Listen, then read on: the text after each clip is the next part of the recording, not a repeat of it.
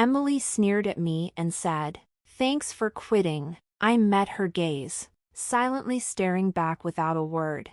"It's about cutting labor costs. We don't need a hag who exploits overtime pay at our company," she added, clearly pleased with herself. Tom seemed satisfied, too.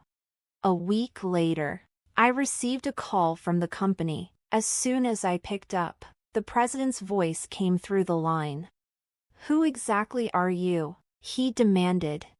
I laughed mockingly at his words. "I'm Lily Johnson," I replied.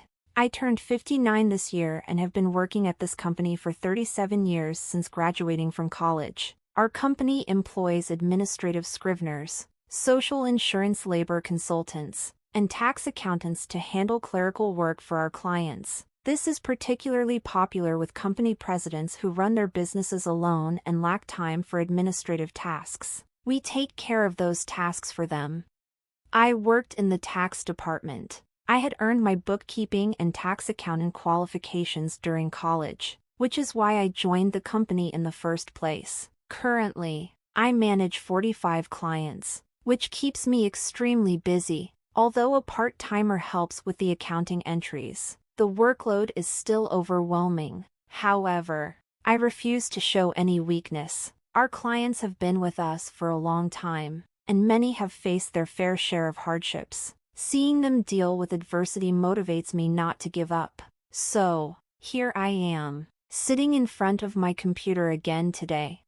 Lately, I've been troubled. Tom and Emily have been subjecting me to insidious harassment. Tom, who is 7 years younger than me, is the head of the tax department. He used to be just a regular colleague, but his attitude changed drastically 3 months ago when he got promoted. He used to speak politely, but suddenly, he started talking down to me.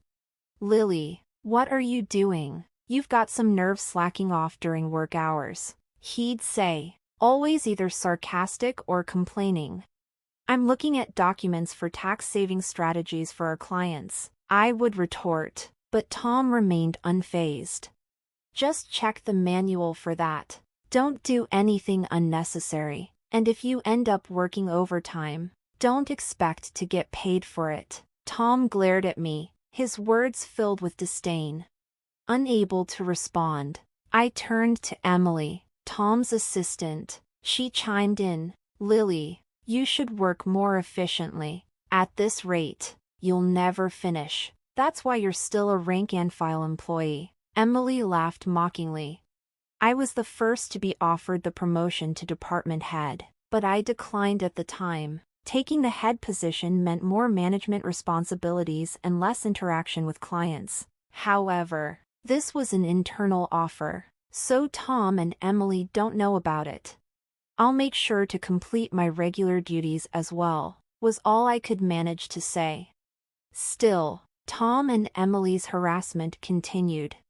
"You're increasing overtime again? What a waste." Tom's angry voice echoed through the office.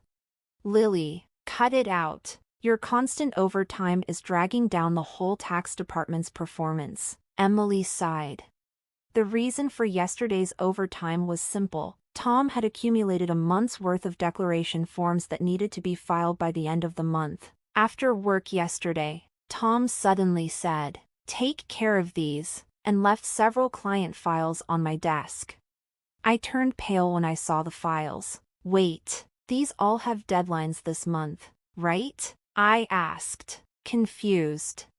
By then, Tom was already nowhere near. Looking for him, I saw he was already packing up at his desk. "I'm heading out. Take care," he said and quickly left the office. "Good luck." Emily followed Tom out, laughing mockingly. Unbelievable. I sighed and opened the client files left on my desk. Moreover, some of the files were Emily's responsibility. I sighed even deeper. I knew why Tom was harassing me. They wanted me to retire quickly. I have more experience and deeper knowledge of taxation than he does, so other members of the tax department come to me with their questions instead of Tom. There are other reasons why everyone avoids Tom. He looks greasy and unapproachable. And the only female employee who stays near him is Emily. Tom likes young women, which is probably why he wants me to retire, so the other female employees will rely on him more. It's such shallow thinking. It gives me chills. There's also the fact that he simply doesn't like me. Emily was harassing me to curry favor with Tom. Tom evaluates the performance of the tax department, so she probably wanted to undermine me to get a good evaluation from him. Anyway, I have to manage these declarations. Not only do I have to prepare the tax declarations for my assigned companies, but it looks like I won't be able to finish today's work either. But if I try to claim overtime, I resigned myself to the prospect of unpaid overtime, knowing I'd only get complaints from Tom and Emily. Then, one day, I was suddenly called into the president's office. Our company had just undergone a change in leadership. The president's father, who had managed the company since its founding, had recently fallen ill and handed it over to his son. The new president had worked elsewhere and wasn't fully familiar with our operations yet, but he had little choice in the matter. "Excuse me," I said as I entered the president's office. I noticed Tom and Emily were already there, both with unpleasant smirks on their faces. "Why are Tom and Emily here?" I muttered quietly to myself. In this tense and strange atmosphere, the president spoke. "Lily, we'll need you to resign by the end of this month." "Excuse me? What do you mean?" I asked, my mind spinning. "I've heard from Tom and Emily that you've been overbilling for overtime," the president explained. "Other members of the tax department only have about 15 hours of overtime per month, but you're already over 80 hours. Don't you find that odd? Tom and Emily have 0 overtime this month. Impressive, right?" He looked at me sternly. The reason my overtime was so high this month was that I was doing Tom and Emily's work. But if I said it was Tom's instructions, it would make me seem incapable of managing my own time, so I just stated the facts. I haven't overbilled for overtime. It's a result of not being able to finish my work within regular hours. The president sighed deeply. "I'm doubtful, but there's no evidence, so I won't pursue it further. However, we can't continue to employ someone who works that slowly, so I want you to resign." The president seemed to have made up his mind. I was being asked to leave the company I had dedicated my entire 37-year career to. I felt exhausted. No matter how much extra work I did, it was never appreciated. Instead, I ended up taking on Tom and Emily's tasks as well. "Yes, I understand. I'll resign at the end of this month," I found myself saying to the president. I glanced at Tom and Emily, who were smiling smugly, clearly pleased with the outcome. After leaving the president's office, Emily looked at me and said, "Thanks for quitting," sneering as she met my gaze. I silently stared back at her. Tom gave me the same condescending look. "We're cutting labor costs. We don't need a hag who exploits overtime pay at our company," he added, clearly pleased with himself. While watching the two of them chatter cheerily, I thought about the handover process and began creating the handover documents for all my clients. Of course, I didn't miss saying goodbye to the people I was handing over to. For the clients I couldn't meet in person, I sent letters informing them of my successor. A week after I resigned, I was finally relaxing at home. I had been busy with the handover until my last day and had been extremely busy even before that. A little relaxation seemed well-deserved. Just as I was thinking this, my mobile phone rang. The call was from the company. What could they want now? I made sure to take care of the social insurance procedures. I didn't answer the phone initially, but then the company called several more times. In fact, I had also received several calls from Tom and Emily's personal mobile phones. Perhaps they thought I'd answer if the call came directly from them. Reluctantly, I decided to pick up. "Hello? Lily, it's a mess right now." As soon as I answered, the president's voice came through. "Who exactly are you?" I laughed mockingly at his words. "Who am I? Just an unemployed lady. I've resigned from the company, and I'm nothing else right now. The president spoke urgently. Since you left, we've had 49 calls to stop transactions with the company. Please come back immediately. He finished speaking and hung up. He must be really panicked. I guess I have no choice. I got up reluctantly and headed to the company. As soon as I arrived, I saw Tom and Emily waiting. Their faces were pale, and they both had dark circles under their eyes. "What's wrong with both of you?" I asked, surprised at their drastic change in appearance. Tom glared at me. "Since you left, we've been getting calls one after another to stop transactions, not just from your clients, but from prospective companies we were planning to introduce. What did you do?" Emily looked at me with suspicion. "I never thought Lily would do something so underhanded. I'm truly disillusioned." The reason they both looked so haggard was probably due to dealing with all the cancellations. Of course, I hadn't done anything to the clients, but I had a guess why they were canceling their transactions. "Well, the cancellations might be unavoidable this time," I muttered. Tom yelled, "So you did do something, didn't you? Get to the president's office now." He took me to the president's office. "President, I brought her," Tom declared forcefully as he opened the door. Emily followed quickly behind him. "Oh, I've been waiting," the president said, looking me in the eyes. Tom accused me as if I were the culprit. "It appears that Lily was involved in the cessation of transactions with our clients. We should not only make her resign but also sue her for damages," Emily argued vehemently, though she spoke carefully in front of the president. Ignoring them, the president turned to me and asked, "Why did so many companies stop doing business with us after Lily left?" The president looked at me intently, waiting for an explanation. I took a deep breath and answered clearly, "Don't you understand? Our clients didn't need us just to manage their taxes. There are plenty of tax accountant firms that do it cheaper. They stayed with us because I was here." Tom snapped at me. "What's with that attitude towards the president? You think you're worth that much?" Emily taunted. "There's no way it's because of Lily." The president looked serious as I explained. "Tom and Emily work based on the manual, optimizing operations, but I do more than that. I offer tax-saving strategies tailored to each client's situation. Uniform responses don't always serve the client's best interests. Many clients preferred my approach and stayed because of it." Tom was furious. "How can we afford to give such detailed attention to each case? It takes too much time." "That's right. It's inefficient," Emily agreed emphatically. The president sighed deeply and said, "Actually, I just got a call from my dad, the former president. Some of the clients who stopped transactions contacted him directly to discuss the situation with Lily." I was surprised to hear this. I hadn't expected the clients to go that far for me.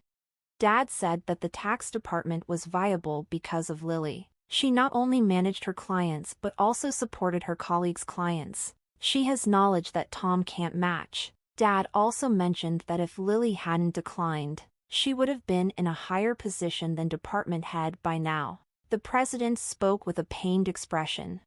"No, no way," Emily said, looking shocked. She probably couldn't believe that I might have been her boss. The president continued, "I'm really sorry for asking you to resign, but can we revoke your resignation? Lily, you're needed at our company." My father also insisted strongly. I was honestly happy about the president's change of heart, but I couldn't accept his offer immediately. Then Tom interrupted our conversation. "President, what do you mean she's better than me? I can't accept this." Tom was visibly upset. Emily protested as well. "Tom is a wonderful boss who cares for his subordinates, and yet you choose Lily over him? That's unacceptable." The president looked sternly at them. "Actually, since Lily resigned, we've received numerous complaints from the tax department. You two seem to have been pushing your work onto others. Haven't you? What? Why would you? Tom's face turned pale. The president continued with a look of disgust. I've heard from the employees that you, Tom, have been assigning your client declaration forms to your subordinates, including Emily's work for many clients. Standing next to Tom, who was getting paler, Emily trembled as her name was mentioned. There was also a report that you've been pushing your work onto Lily until she resigned. You were calling her a salary thief, but it seems the roles were reversed, weren't they? The president sighed. No, that's not. Tom was visibly flustered, unable to come up with an excuse. Observing Tom and Emily turning pale together, the president continued. Also, there was a report that you two are in a relationship. You were often seen leaving work together. But, Tom, you're married, aren't you? The president glared at Tom and Emily. I was just mentoring Emily as her superior. Nothing inappropriate. Tom struggled to find the words. The president produced several receipts. These are receipts questioned by the accounting department. These dining expenses filed by Tom, who were they with? Certainly not clients, right? Tom was sweating profusely, unable to speak. Emily's face turned ghostly pale. Tom and Emily, you've neglected your duty and inflated expense claims. Plus, you're having an affair in the office despite being married. According to company policy, I'm terminating your employment as of today, the president told them calmly and straightforwardly. Tom and Emily tried to resist. Please wait. I'll retract the receipt claims. Just don't fire me. I have a family, Tom pleaded desperately. Emily did the same. Please. I don't want to be fired. I'll apologize to Lily and the others for offloading work on them. She was on the verge of tears, realizing the severity of being fired for neglecting work and having an affair with a supervisor. She must have been worried about her reputation. I advised them, why don't you just stop resisting? It's undignified.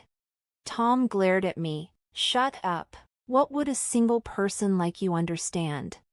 I sighed and replied, Tom, you were the one who got me fired. It's just karma, what goes around comes around. Why don't you take some responsibility and reflect a bit? Damn it. Tom looked frustrated, and Emily bit her lip. And I haven't reported this yet. But there's more to Tom and Emily's misconduct. Should I share more details? I asked the president with a smile. Tom and Emily's behavior was well known in the tax department. Their stories had reached me, whether I liked it or not. No, please don't. Lily, stop. They both pleaded frantically, trying to stop me. I gave them an ultimatum. Wrongdoings eventually come to light. It would be better for you to face reality before it gets worse.